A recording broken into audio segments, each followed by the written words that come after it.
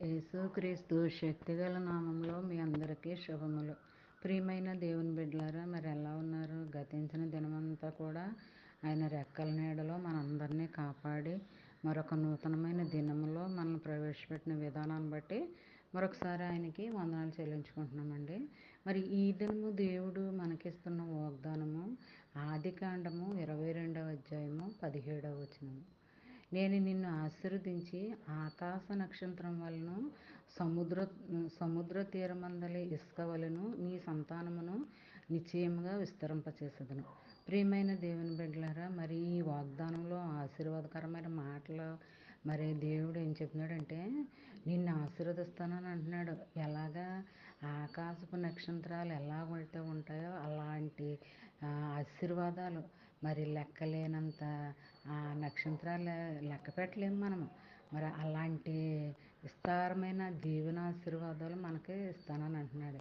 అంతే కదండి. సముద్రంలో ఉన్న ఇసుక రేణువులు ఎలాగైతే ఉంటాయో మరి అలాంటి ఇసుక రేణువుల వల్ల నీ సంతానాన్ని విస్తరింపచేస్తాను, ఆశీర్వదిస్తాను.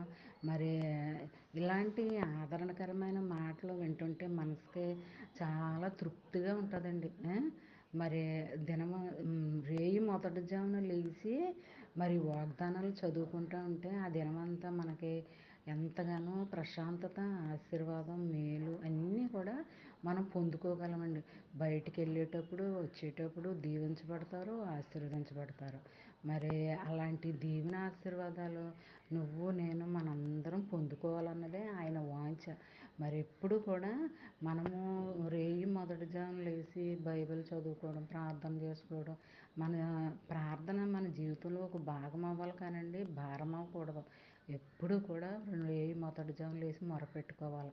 మన సమస్యల కొరకు, మన బాధల కొరకు, మన బలహీనతల కొరకు, మన అప్పుల కొరకు, మరి నీ అవసరతల కొరకు, ఏ అవసరత అయినా సరే దాని కొరకు ప్రత్యేకంగా ప్రార్థన చేసుకుంటే అండి ఆ దినము నీకు ఎంతగానో దీవెనకరంగా ఉంటుంది అన్నమాట అండి. మరి ఇందులోనే చెప్తున్నాడు, నేను ఆశీర్వదిస్తాను, మరి ఇసుక రేణువుల వల్ల విస్తరింపచేస్తాను నీ సంతానాన్ని అని. మరి యాకోబుని విస్తరింపచేయాలి, 12 గోత్రాలుగా చేసేసాడు కదా.